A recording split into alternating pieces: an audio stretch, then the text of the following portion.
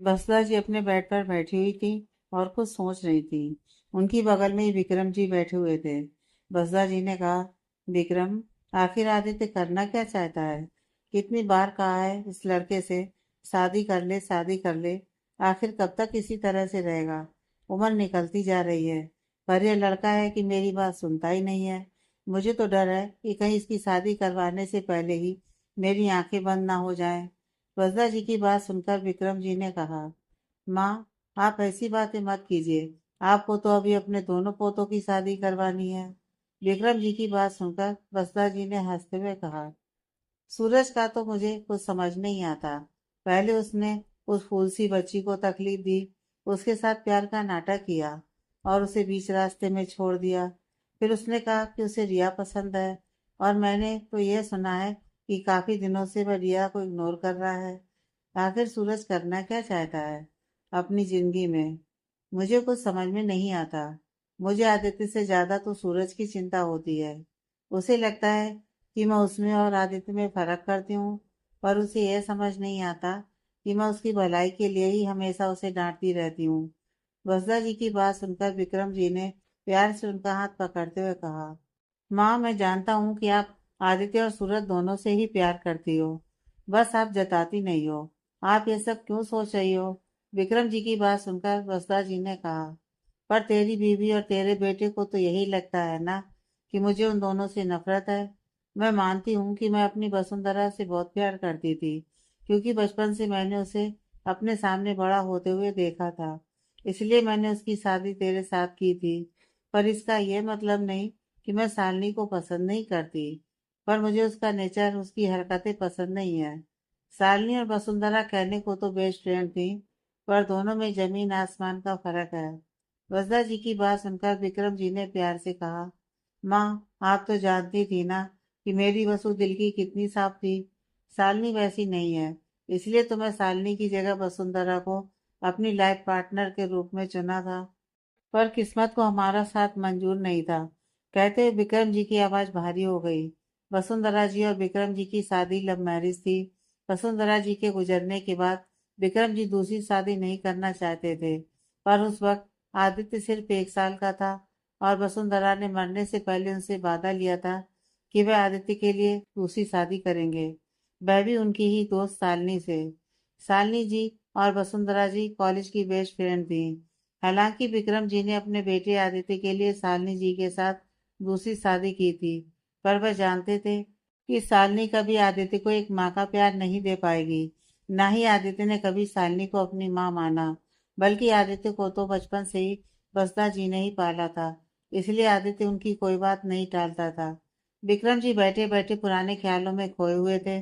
तभी बसदा जी ने कहा, विक्रम, मुझे सूरज के लिए डर लगता है। सूरज गलत रास्ते पर चल रहा है, और शालिनी उसकी माँ होने के नाते उसे रोकने की बजाय उसे बढ़ावा देती है। सूरज मेरी कोई बात नहीं सुनता। अब तुझे ही करना होगा जो कुछ भी करना है। भले ही वह कितना ही बिगड़ा हुआ क्यों ना हो, वह हमारा बच्चा है। हम उसे गलत रास्ते पर नहीं जाने दे सकते। वसुधा जी की बात सुनकर विक्रम जी कुछ सोचने लगे। उन्होंने कहा, माँ, मैं सोच रहा हूँ कि क्यों ना हम सूरज को लंदन भेज दें, वहाँ की कंपनी संभालने के लिए। वह शालिनी से दूर रहेगा तो शायद सुधर जाए। विक्रम की बात सुनकर वसुधा जी ने कहा, पर वह जाने के लिए तैयार होगा क्या? विक्रम जी ने कुछ सोचा और कहा, मैं उसे मना लूंगा। आप टेंशन मत लीजिए और इस तरह से परेशान मत रहिए। डॉक्टर ने आपको स्ट्रेस लेने से मना किया है। अपनी दवाई खाइए और आराम कीजिए। इतना कहकर विक्रम वसुधा जी के रूम से बाहर निकल गए।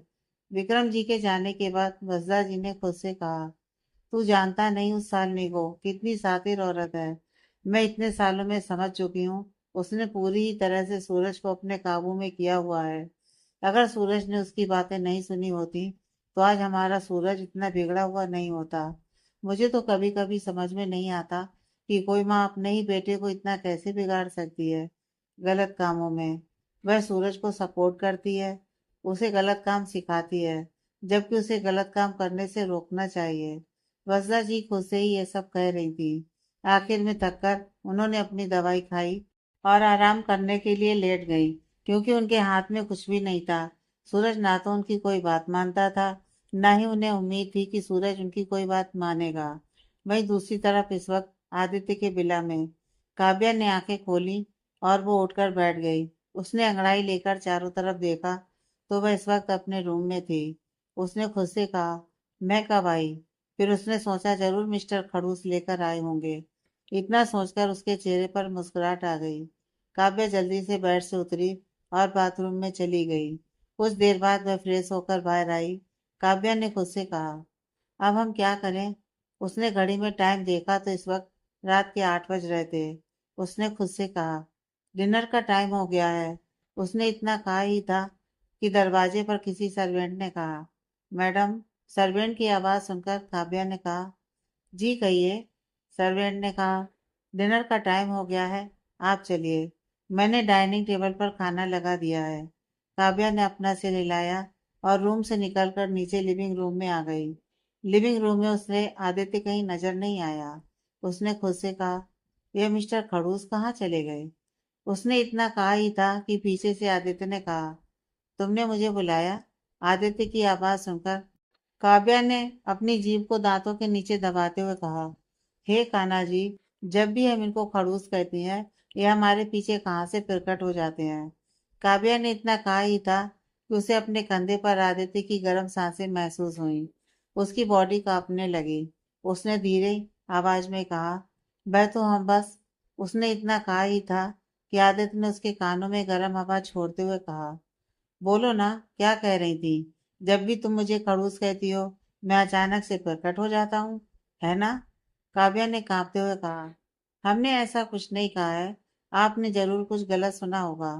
काव्या की बात सुनकर आदित्य ने उसे पलटकर अपनी तरफ किया। काव्या का चेहरा टमाटर की तरह लाल हो गया था। काव्या के लाल चेहरे को देखकर आदित्य ने अपने अंगूठे से उसके गाल को सहलाते हुए कहा, तुम्हारे गाल इतने लाल क्यों हो रहे हैं? आदित्य की बात सुनकर काव्या ने मन ही मन आदित्य को गाली देते हुए कहा, आपकी वजह से खुद ही हमारी ऐसी हालत करते हैं और बाद में पूछते हैं कि हमारी ऐसी हालत क्यों हो रही है। आदित्य ने अपना अंगूठा काव्या के गाल से लेकर उसके होंठ पर फिराते हुए कहा, बोलो ना, तुम्हारे गाल और ये चेहरा इतना लाल क्यों हो रहा है? काव्या ने अपनी आंखों को बड़ा बड़ा करके आदित्य की तरफ देखा और कुछ कहने ही वाली थी कि आदित्य ने कहा, कितनी बार कहा है अपनी बड़ी बड़ी आंखों से मुझे मत देखो, वरना। इतना कहकर वह चुप हो गया। उसे चुप होता देखकर काव्या ने कहा, वरना? काव्या की बात सुनकर आदित्य ने कहा, कभी और बताऊंगा, पर पहले बताओ कि तुम्हारे गाल इतने लाल क्यों हो रहे हैं? आदित्य की बातें सुनकर काव्या ने मन ही मन कहा, अब ये हमारा पीछा क्यों नहीं छोड़ रहे हैं? आदित्य ने उसे जवाब न देता देखकर मुस्कुराते हुए कहा, बोलो ना, जवाब दो। मैंने तुमसे अभी अभी कुछ पूछा है। काव्या ने अपना चेहरा ऊपर उठाकर आदित्य की तरफ देखते हुए कहा, कुछ भी नहीं, छोड़िए, हमें भूख लगी है। आदित्य ने काव्या को अपने पास खींचते हुए कहा, पहले मुझे जवाब दो, तभी मैं तुम्हें छोड़ूंगा, वरना मेरी बाहों में ही रहो। आदित्य की बात सुनकर काव्या ने उसकी तरफ देखा। आदित्य ने काव्या को कमर से पकड़कर अपने करीब खींचा हुआ था। काव्या ने आदित्य की तरफ देखकर मन ही मन कहा, आपकी बाहों में रहने के लिए तो मैं हमेशा तैयार हूँ, बस आप प्यार से रखो। आदित्य काव्या की आंखों में देख रहा था। उसे काव्या की आंखों में अपने लिए प्यार नजर आ रहा था, जिसे देखकर आदित्य ने मन ही मन कहा, मत करो इतना प्यार, क्योंकि तुम्हारे नसीब में मेरा प्यार नहीं लिखा है।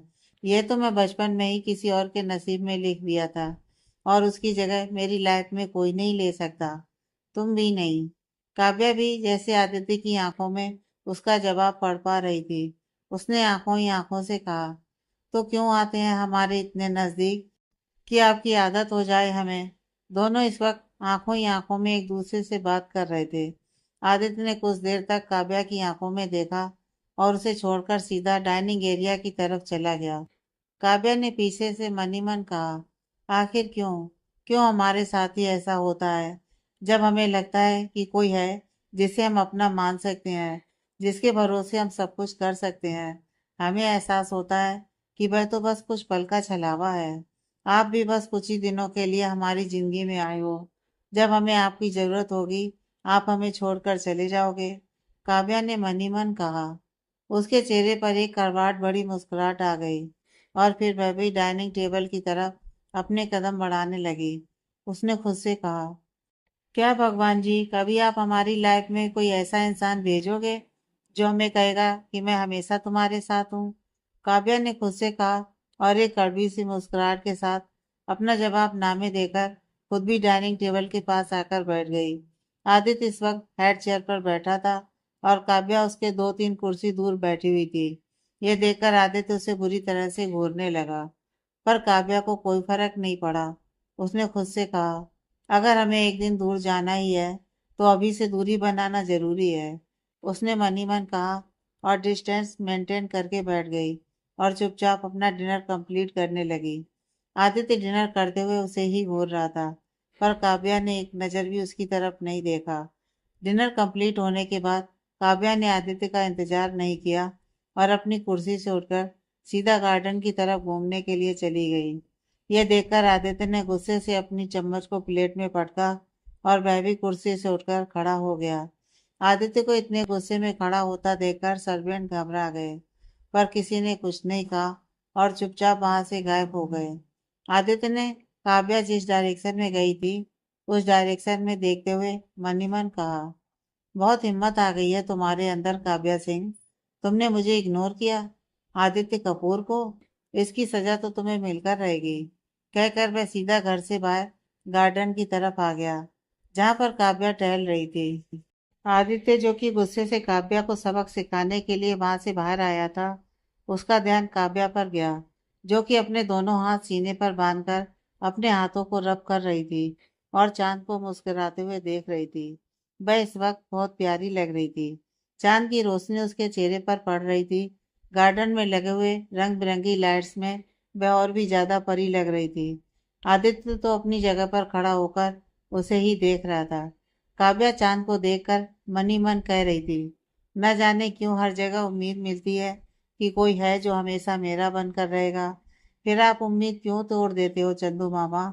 बचपन से लेकर बड़ी होने तक आपसे ही बातें करके अपनी रातें गुजारी हैं, क्योंकि कोई था ही नहीं जो मुझसे बात करके अपना टाइम वेस्ट करे। और लगता है आगे भी आपके साथ ही बातें करके मुझे अपना टाइम बर्बाद करना होगा। काव्या चांद के साथ बात कर रही थी। अब यह समझना तो मुश्किल था कि वह चांद को अपना दोस्त समझकर बात कर रही थी या फिर चांद से शिकायत कर रही थी, पर वह सच में बहुत खुश नजर आ रही थी।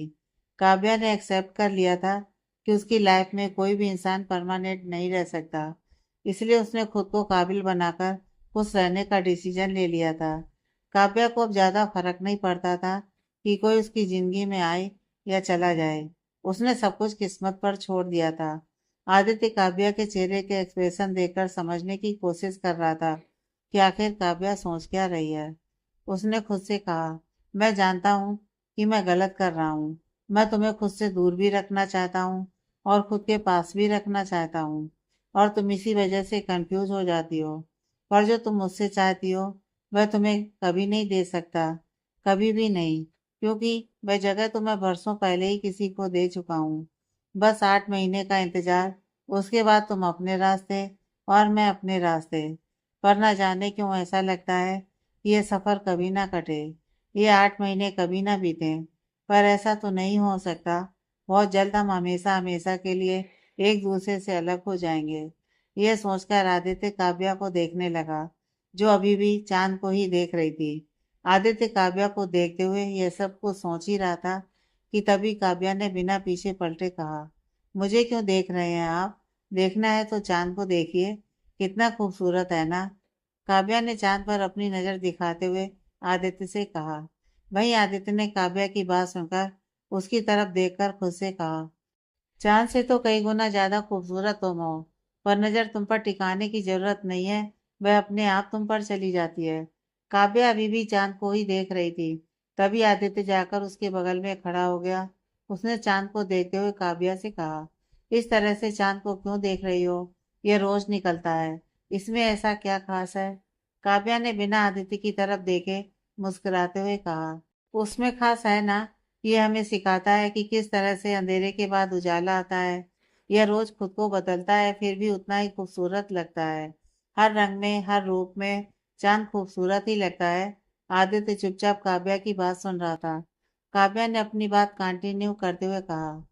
हमसे इतना दूर होकर भी अपनी चमक से हमारी रात को रोशन कर देता है, इसलिए चांद बहुत खास है। जब अकेलापन महसूस हो, हम चांद से बात करके खुश हो सकते हैं। जब कोई हमारे साथ नहीं होता, तब भी ये चांद हमारे साथ होता है। जिनकी रात अकेली गुजरती है, वह चांद को ही अपना साथी समझकर उसके साथ बात करते हैं। आदित्य चुपचाप काव्या की बात सुन रहा था। काव्या की बातों का गहरा मतलब वह अच्छे से समझ पा रहा था। उसने चांद की तरफ देखा और फिर काव्या की तरफ देखते हुए कहा, लगता है चांद के साथ गहरा रिश्ता है तुम्हारा। काव्या ने मुस्कुराते हुए कहा, हाँ, क्योंकि बचपन में कोई और रिश्ता मिला ही नहीं, इसलिए चांद से ही अपना रिश्ता जोड़ लिया। परिवार तो था नहीं, इसलिए अपने अकेलेपन को दूर करने के लिए चांद के साथ बैठकर घंटों बातें करती थी।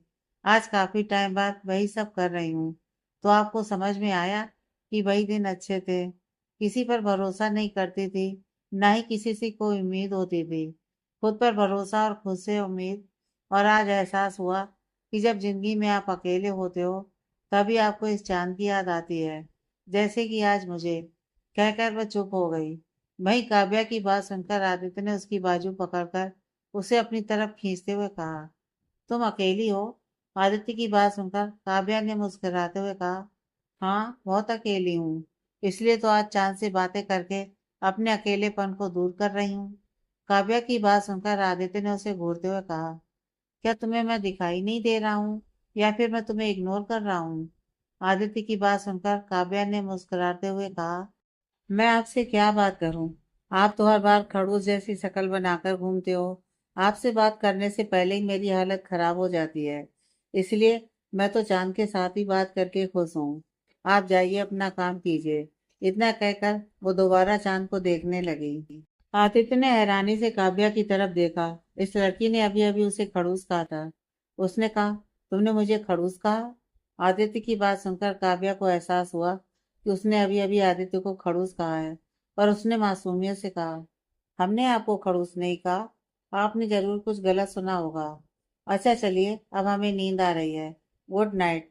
इतना कहकर काव्या आदित्य को देखकर वहां से भागने को हुई कि आदित्य ने उसका हाथ पकड़ते हुए कहा, ऐसे कैसे भाग रही हो? पहले मेरे सवाल का जवाब दो। तुमने मेरे मुंह पर ही मुझे खड़ूस कहा। इतनी हिम्मत कब से आ गई तुम्हारे अंदर? काव्या ने अपनी बड़ी बड़ी आंखों से आदित्य को देखकर मासूमियत से कहा, हिम्मत तो हमारे अंदर बहुत पहले से थी, पर वह क्या है ना, आप शैतान हो और डरावने हो। इस वजह से हमारी जैसी मासूम सी बच्ची आपसे डरकर कुछ नहीं कह पाती। वरना आप जानते नहीं कि काव्या सिंह कितनी हिम्मत वाली है। काव्या की बात सुनकर आदित्य ने कहा, अब तुमने खड़ूस के साथ साथ मुझे शैतान भी कहा, और फिर से अपनी बात से पलटने का इरादा है काव्या सिंह? आदित्य की बात सुनकर काव्या ने मुंह बनाकर उसकी तरफ देखकर कहा, हमने गलत क्या कहा? आप सच में शैतान हो? काव्या की बात सुनकर आदित्य ने उसे अपने पास खींचते हुए कहा, अच्छा बताओ, मैंने ऐसी कौन सी हरकत की है, या फिर ऐसा क्या किया है जिस वजह से मैं तुम्हें शैतान लगता हूँ? लड़कियां तो कहती हैं कि मैं बहुत हैंडसम हूँ, और तुम मुझे शैतान कह रही हो? काव्या ने कहा, आप तो उससे भी ज्यादा बड़े वाले शैतान हो। काव्या की बात सुनकर आदित्य ने उसकी तरफ देखकर मुस्कुराते हुए कहा, लगता है अब तुम्हें मेरा असली रूप दिखाना ही होगा। तब तुम्हें पता चलेगा कि शैतान का मतलब क्या होता है, मिस काव्या सिंह। आदित्य की बात सुनकर काव्या को डर लगने लगा, इसलिए उसने अपनी हिम्मत दिखाते हुए एटीट्यूड के साथ कहा, आपको जो करना है कर लेना। अभी हमें जाने दो, हमें नींद आ रही है। काव्या की बात सुनकर आदित्य ने कहा, क्यों, डर गई? काव्या ने एटीट्यूड से उसकी तरफ देखते हुए कहा, काव्या सिंह ने डरना नहीं सीखा, और आपसे तो बिल्कुल नहीं। छोड़िए हमें। इतना कहकर काव्या आदित्य को खुद से दूर करके वहां से चली गई। काव्या के जाने के बाद आदित्य ने उस डायरेक्शन में देखा जिस डायरेक्शन में अभी अभी काव्या गई थी। उसने खुद से कहा, अब तो तुम्हें डराना होगा काव्या। आदित्य अभी भी उस डायरेक्शन में देख रहा था जिस डायरेक्शन में काव्या गई थी। उसने खुद से कहा, अब तो तुम्हें डराना ही होगा काव्या, वरना तुम्हें लगेगा कि आदित्य कपूर कोई ऐरा गहरा है। दुनिया मेरे इशारों पर नाचती है, और तुम मुझे कह रही हो कि तुम्हें मुझसे डर नहीं लगता। अब तुम्हें एक डर का डोज देना बनता है। कहकर वह मुस्कुराता हुआ घर के अंदर आ गया। काव्या सीधा सीढ़ियों से ऊपर अपने रूम में चली गई थी। इस वक्त वो अपने बेड पर लेटकर आदित्य के साथ जो कुछ भी बातें हुई उनके बारे में सोच रही थी। उसने मुस्कुराते हुए कहा, पता है ये पल दोबारा नहीं आएंगे, फिर भी आपके साथ हर एक पल जीना है, ताकि फ्यूचर में मेरे साथ कम से कम कुछ अच्छी यादें तो रहें, जिन्हें याद करके मेरे चेहरे पर मुस्कुराहट आ जाए। कहते हुए काव्या मुस्कुराने लगी। उसने एक नज़र खिड़की से बाहर चांद को देखा और कहा, गुड नाइट चंदू। कहकर उसने ब्लैंकेट से खुद को कवर कर लिया और अपनी आंखें बंद करके लेट गई। वहीं दूसरी तरफ आदित्य अपने रूम में न जाकर सीधा स्टडी रूम में चला गया था। इस वक्त वह अपने स्टडी टेबल पर बैठा हुआ था। उसके हाथ में एक तस्वीर थी जिसमें एक बेहद ही खूबसूरत औरत नजर आ रही थी। आदित्य इस तस्वीर को देख रहा था। उस औरत के चेहरे के फेशियल फीचर्स और आदित्य के चेहरे के फेशियल फीचर्स काफी हद तक एक दूसरे जैसे थे। आदित्य काफी देर तक उस तस्वीर को देखता रहा। वह तस्वीर को देखते हुए काफी कॉम्प्लिकेटेड एक्सप्रेशन के साथ बैठा हुआ था। समझ ही नहीं आ रहा था कि वह उदास है या फिर खुश। कुछ देर तक उस तस्वीर को देखने के बाद आदित्य ने उस तस्वीर को साइड में रख दिया और अपनी फाइल निकालकर पढ़ने लगा। कुछ देर तक जब फाइल पढ़ने के बाद भी उसका मन नहीं लगा, उसने दोबारा इस तस्वीर को अपने हाथ में पकड़ लिया और कहने लगा, आप क्यों चली गईं? अगर आज आप होती तो सब कुछ सही होता। सब कुछ इस तरह से बिगड़ा हुआ नहीं होता। काश आप हमारे साथ होती। यह कोई और नहीं, आदित्य की माँ वसुंधरा कपूर थी। आदित्य जब 1 साल का था तब वसुंधरा जी का कार एक्सीडेंट हो गया था और उसमें उनकी मौत हो गई थी।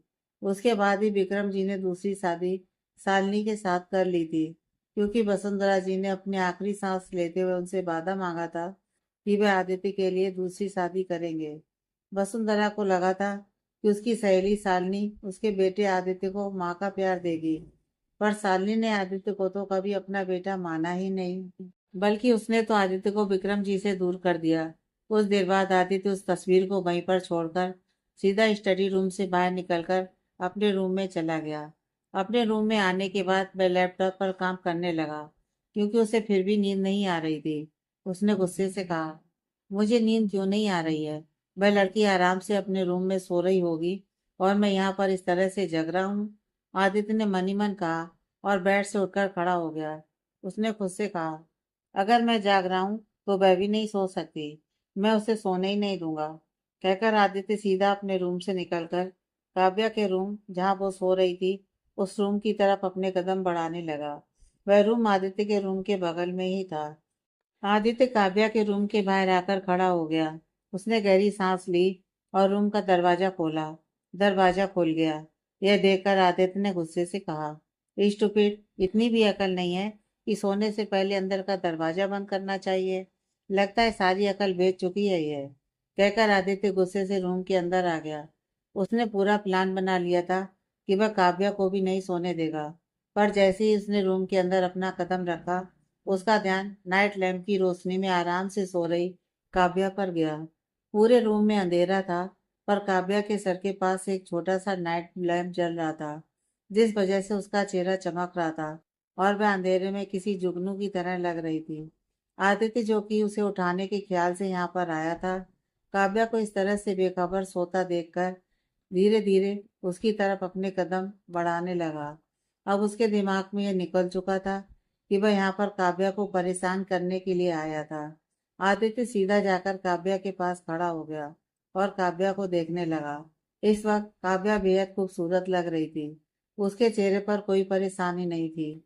ऐसा लग रहा था जैसे वह कोई प्यारा सपना देख रही है, क्योंकि उसके चेहरे पर एक मुस्कुराहट थी। काव्या के चेहरे पर मुस्कुराहट देखकर आदित्य के चेहरे पर भी अपने आप मुस्कुराहट आ गई, जिसका एहसास उसे खुद भी नहीं था। उसने काव्या की तरफ देखकर मुस्कुराते हुए कहा, लगता है ये स्टूपिड लड़की कुछ अच्छा सपना देख रही है, इसलिए मुस्कुरा रही है। कहकर आदित्य काव्या के बेड के पास खड़ा होकर उसे ही देखने लगा। कुछ देर तक काव्या को देखने के बाद आदित्य काव्या के पास बैठकर काव्या के चेहरे को प्यार से निहारने लगा। तभी काव्या अचानक से पलट गई।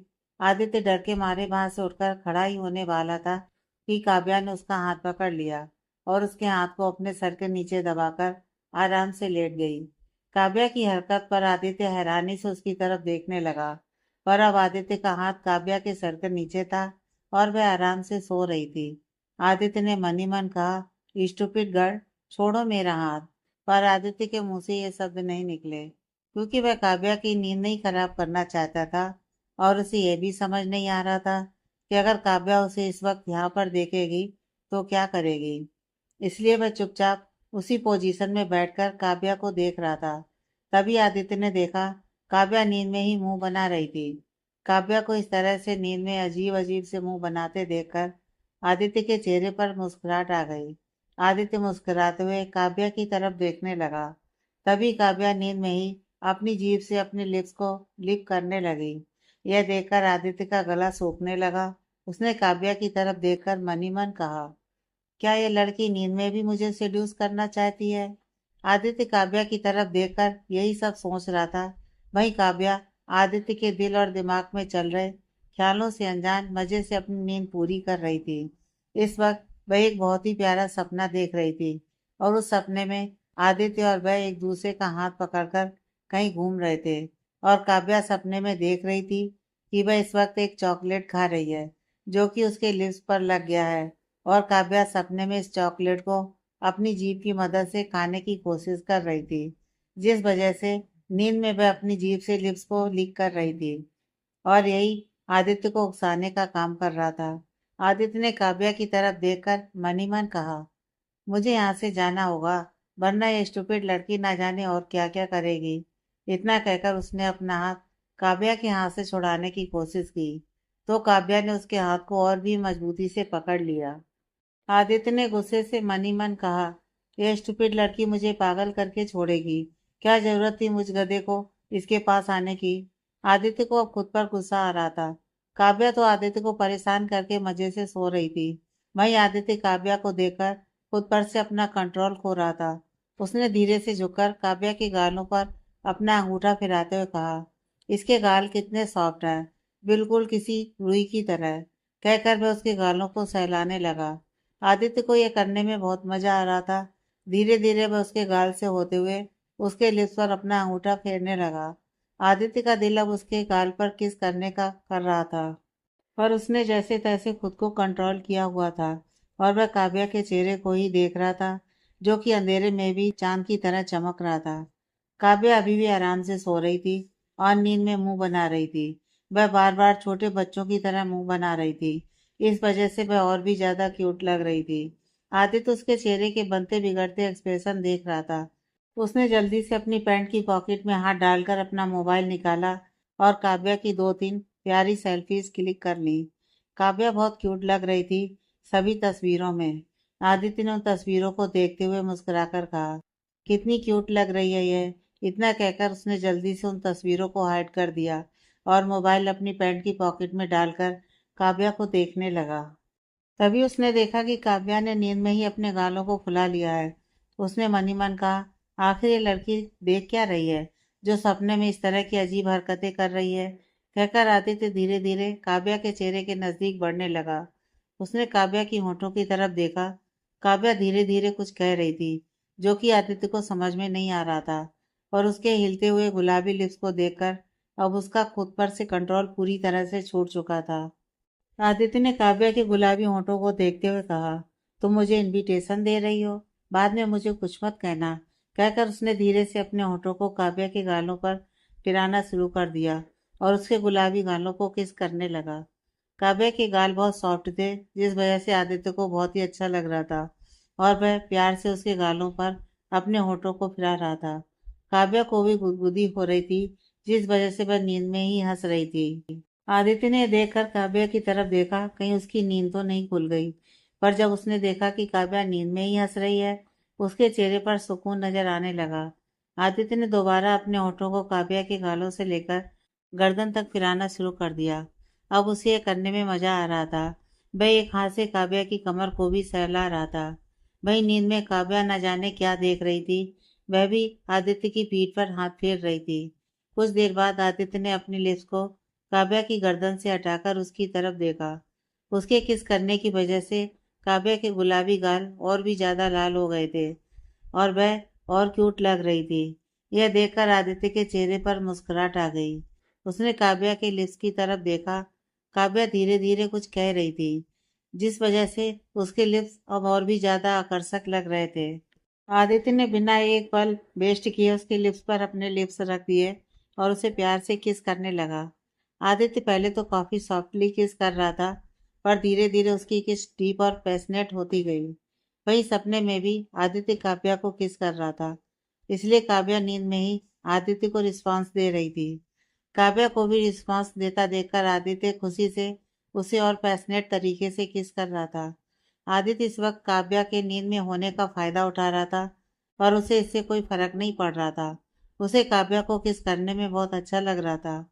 आदित्य को जब लगा कि अब काव्या सांस नहीं ले पाएगी, तब उसने काव्या को छोड़ा। आदित्य के छोड़ते ही काव्या नींद में ही लंबी लंबी सांसें लेने लगी।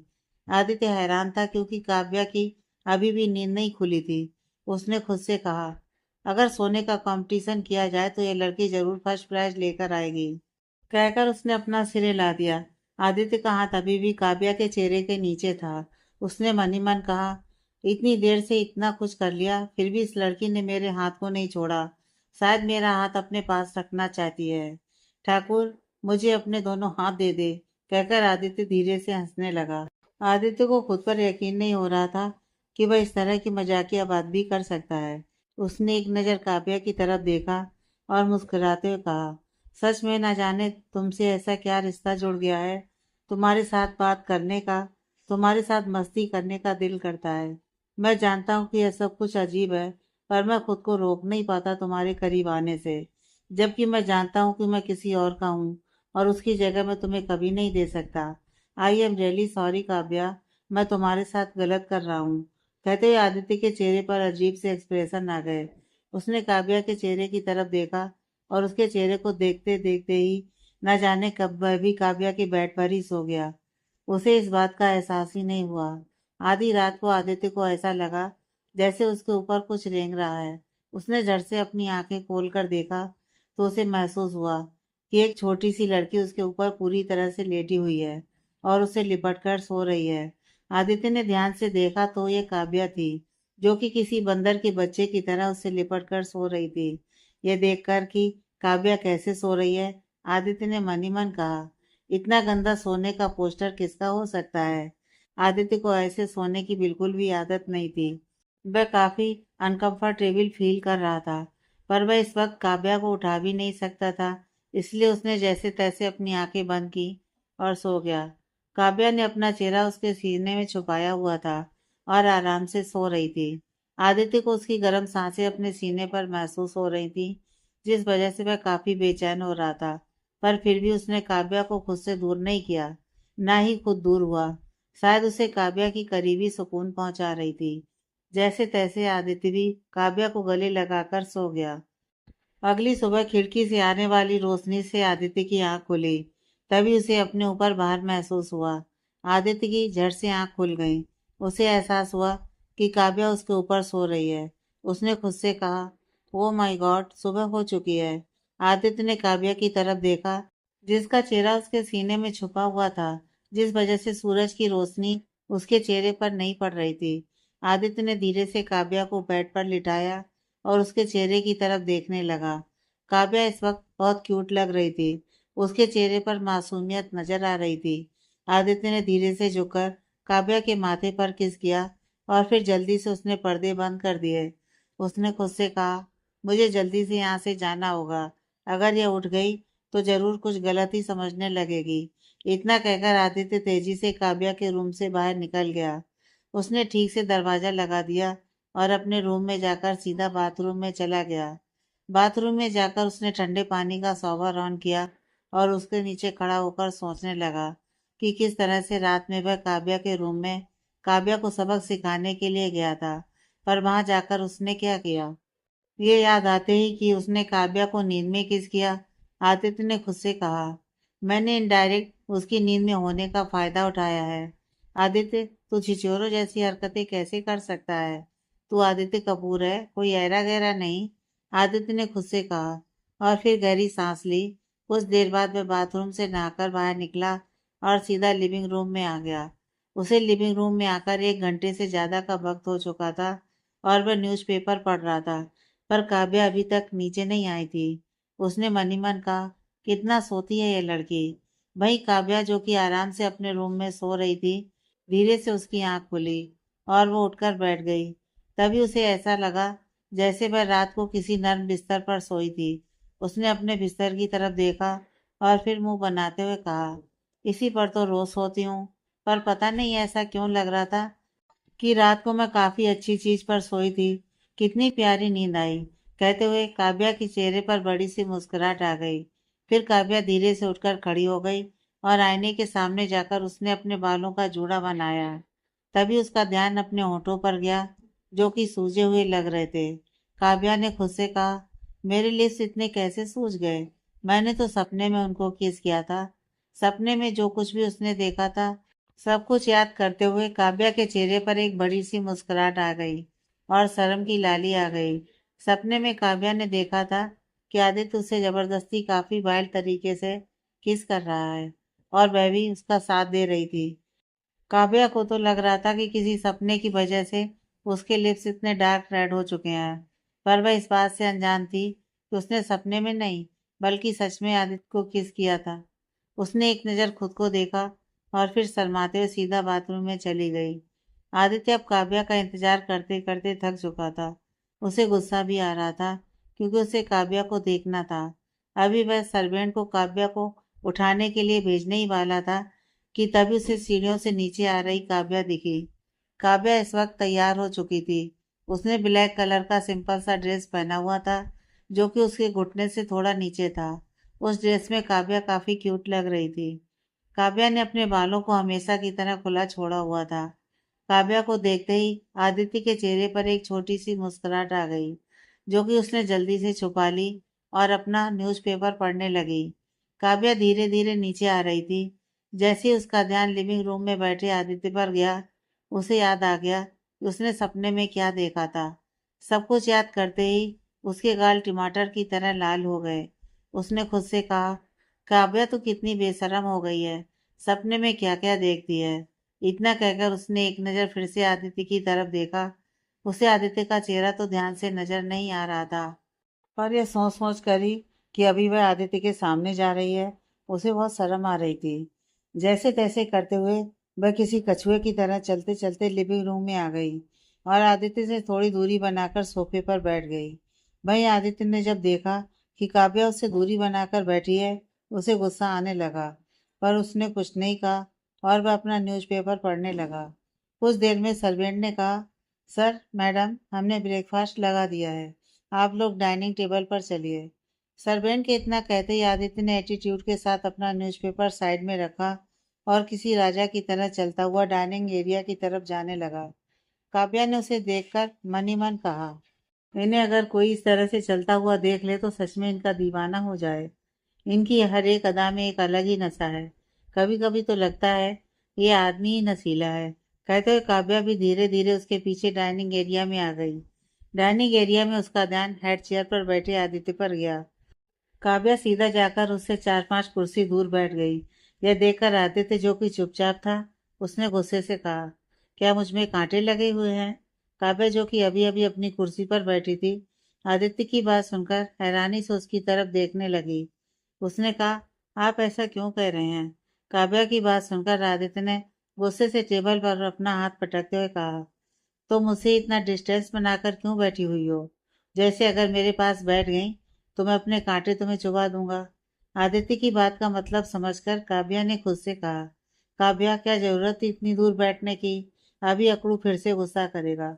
इतना कहकर वह धीरे से अपनी जगह से खड़ी हुई और आदित्य की बगल वाली कुर्सी पर आकर बैठ गई।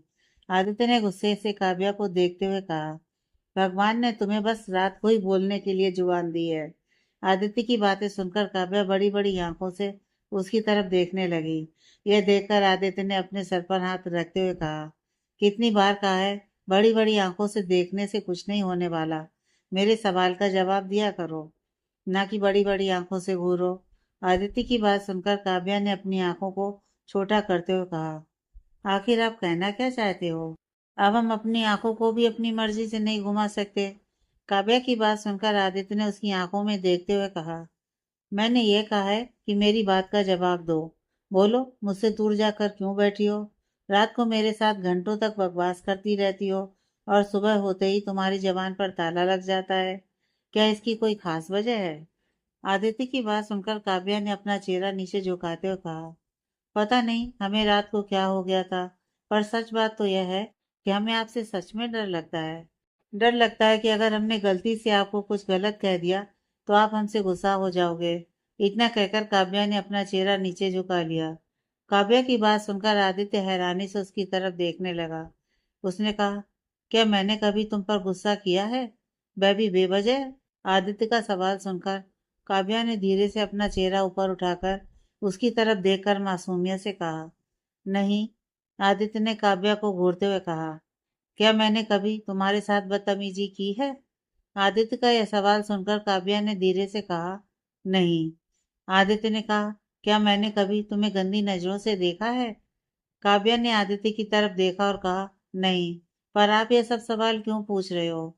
हम जानते हैं कि आप उस तरह के लड़के नहीं हो, और वैसे भी अगर आपको आपकी जिंदगी में कोई चाहिए तो वह चुटकी बजाते ही आपकी जिंदगी में आ जाएगी। फिर आप हमारे जैसी लड़की को क्यों ही अपनी जिंदगी में लाना चाहेंगे? काव्या की बात सुनकर आदित्य ने उसे घूरते हुए कहा, बात की डायरेक्शन दूसरी साइड करने की जरूरत नहीं है। पहले मैं जो पूछ रहा हूँ उसका जवाब दो। जब मैं तुम्हारे साथ कभी ऐसी कोई हरकत की ही नहीं है तो तुम्हें मुझसे बात करने में डर क्यों लगता है? एक घर में रहने के बाद भी किसी गूंगी की तरह रहती हो। क्या अब तुम्हें बोलने के लिए भी पैसे देने होंगे? आदित्य की बात सुनकर काव्या उसे बड़ी बड़ी आंखों से देखने लगी। यह देखकर आदित्य ने गुस्से से देखते हुए कहा, कितनी बार कहूं कि बड़ी बड़ी आंखों से देखना बंद कर दो, वरना। इतना कहकर वह चुप हो गया। आदित्य की बात सुनकर काव्या ने अपनी आंखों को छोटा करते हुए कहा, ठीक है, आपसे हम कुछ भी बोलने से पहले बिल्कुल नहीं सोचेंगे। पर देखना, अगर आपने हमें पनिशमेंट दिया या फिर हम पर गुस्सा किया तो हम आपकी पनिशमेंट भी नहीं लेंगे, ना ही आपका गुस्सा झेलेंगे। हम भी आप पर गुस्सा करेंगे। काव्या की बात सुनकर आदित्य ने बस उसकी तरफ देखा, पर कुछ नहीं कहा। हमें आपसे बात करने में प्रॉब्लम नहीं है, उल्टा हमें चुप रहने में अच्छा नहीं लगता। पर हमें समझ नहीं आता कि हम आपसे बात क्या करें। देखिए, आप हैं खड़ूस और मैं प्यारी सी बच्ची। आप बुजुर्ग हो, हम छोटी सी बच्ची हैं। तो जनरेशन का डिस्टेंस होने की वजह से हम आपके साथ कंफर्टेबल होकर बात नहीं कर सकते ना।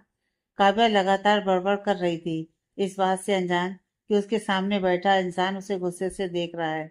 अपनी बात करने के बाद काव्या ने धीरे से अपना चेहरा ऊपर उठाकर देखा तो सामने खड़े इंसान की डरावनी आंखें देख उसकी सांस गले में अटक गई और वह जोर जोर से खांसने लगी।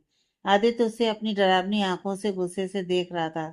काव्या ने उसे देखकर मन ही मन कहा, इसलिए हम उनसे बात नहीं करते बेफजूल में। इस तरह से गुस्से से देख रहे हैं, अब हमने क्या किया है?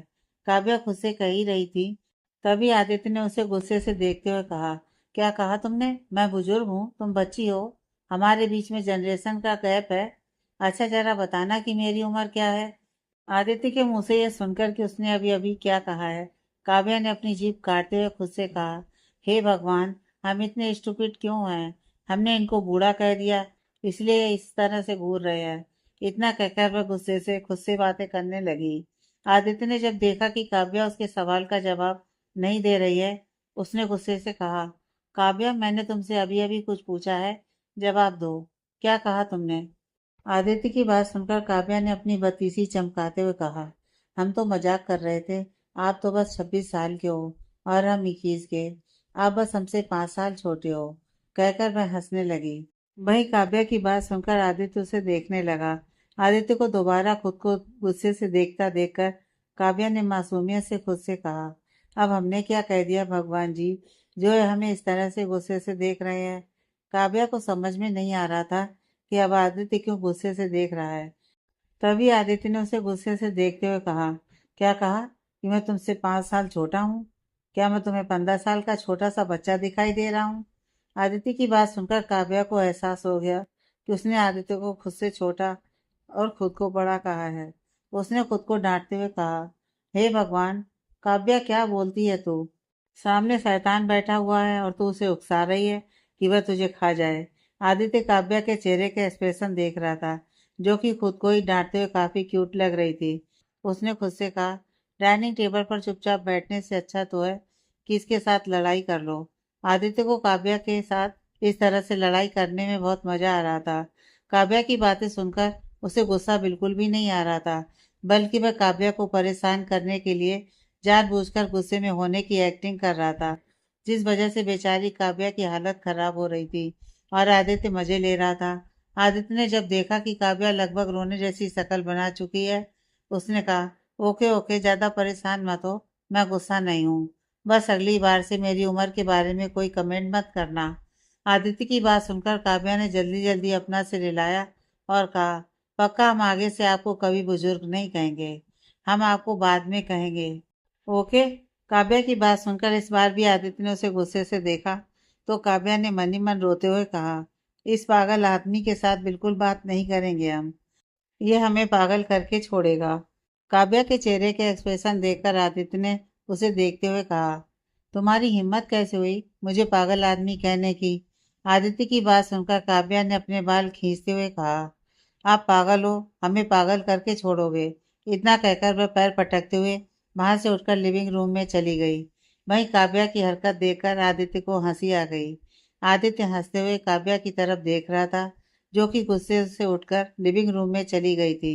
उसने खुद से कहा, सच में इस लड़की को परेशान करने में बहुत मजा आता है। मुझे तो पता ही नहीं था कि किसी को इस तरह से तंग करने के बाद इस तरह से इंसान खुश भी हो सकता है। ये सोचकर वह भी मुस्कुराता हुआ लिविंग रूम में आ गया। उसने काव्या की तरफ देखा, जो कि सोफे पर बैठकर टीवी देख रही थी और उसके गाल लड्डू की तरह फूले हुए थे, जिससे आदित्य आसानी से समझ सकता था कि काव्या कितने गुस्से में है। पर वह इस वक्त बहुत क्यूट लग रही थी। आदित्य का दिल कर रहा था कि वह उसके बड़े बड़े गालों पर किस कर ले, पर उसने जैसे तैसे खुद को कंट्रोल कर लिया। काव्या को एहसास हो गया था कि आदित्य भी उसके पीछे ही खड़ा है, पर उसने पलटकर एक बार भी नहीं देखा। आदित्य ने कहा, काव्या चुपचाप ब्रेकफास्ट करने के लिए चलो।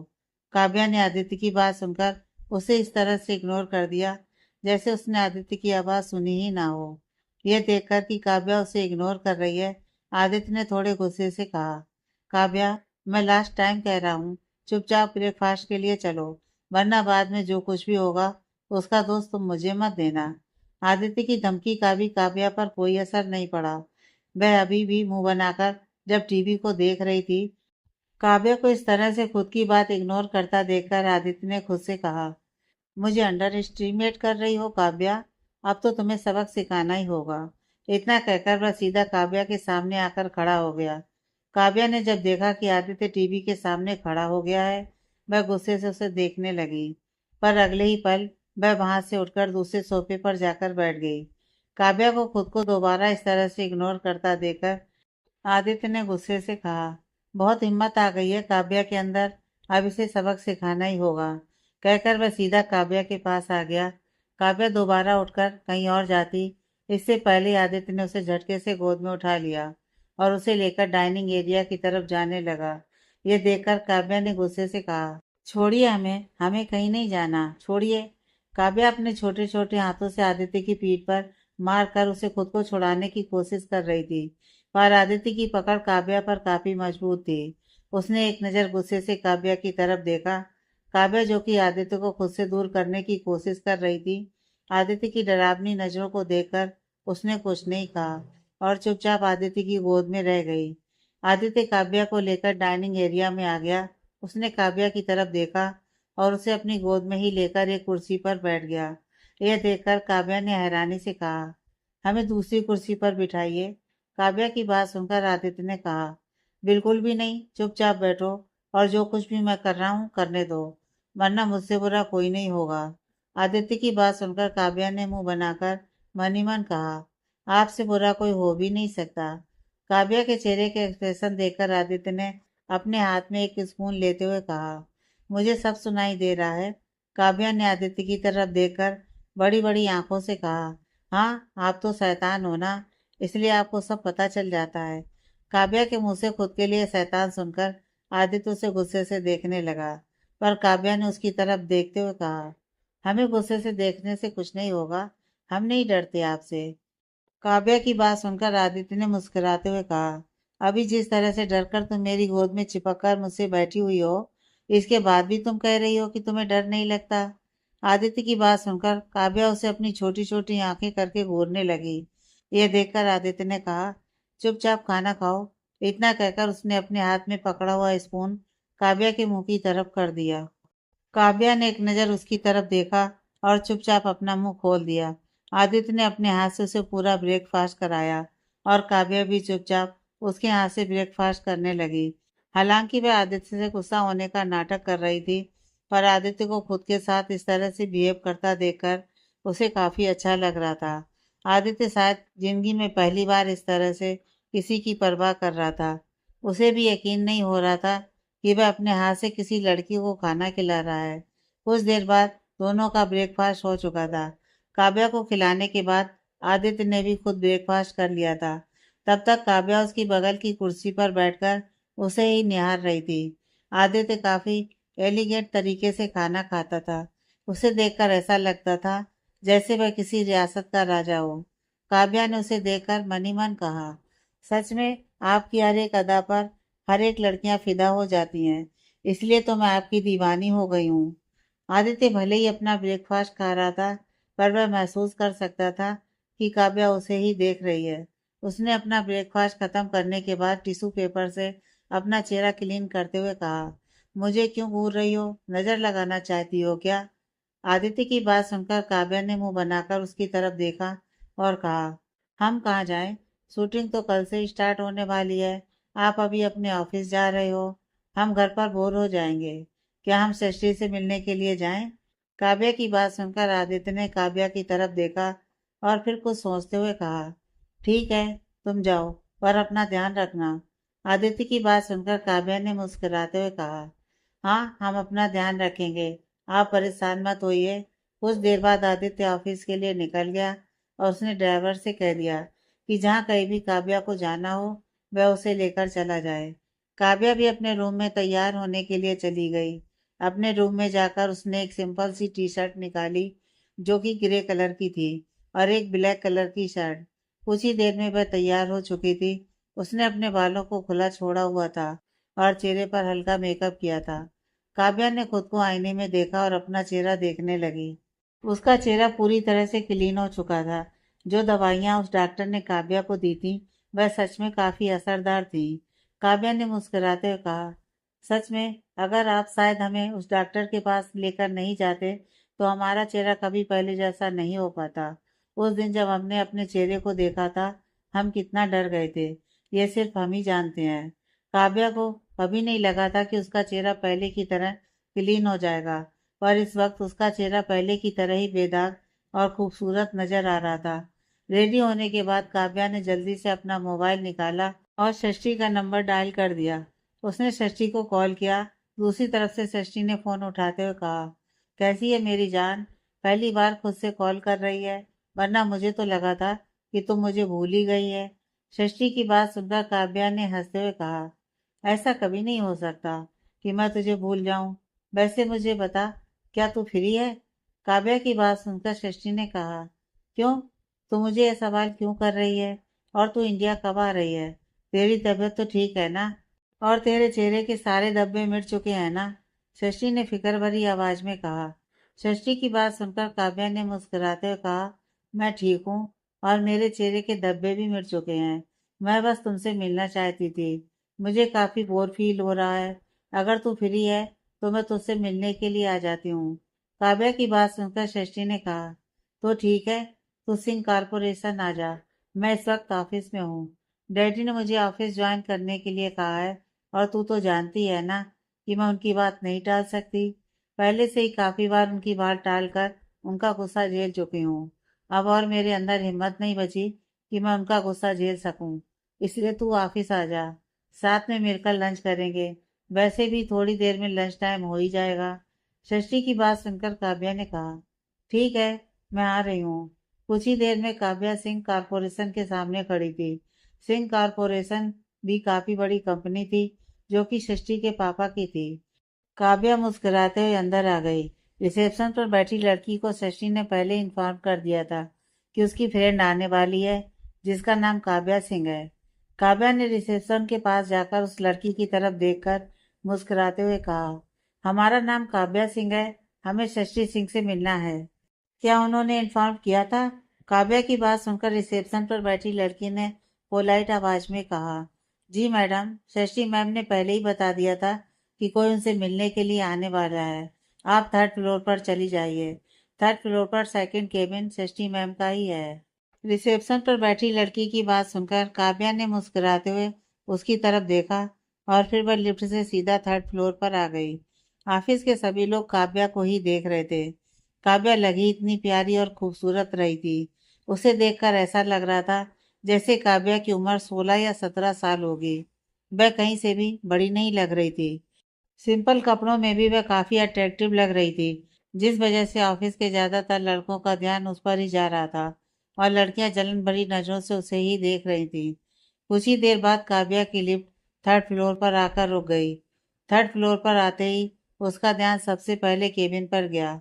उसे याद आया कि रिसेप्शन पर बैठी लड़की ने उसे दूसरा केबिन कहा था, इसलिए वह दूसरे केबिन की तरफ अपने कदम बढ़ाने लगी। आगे की कहानी नेक्स्ट पार्ट में।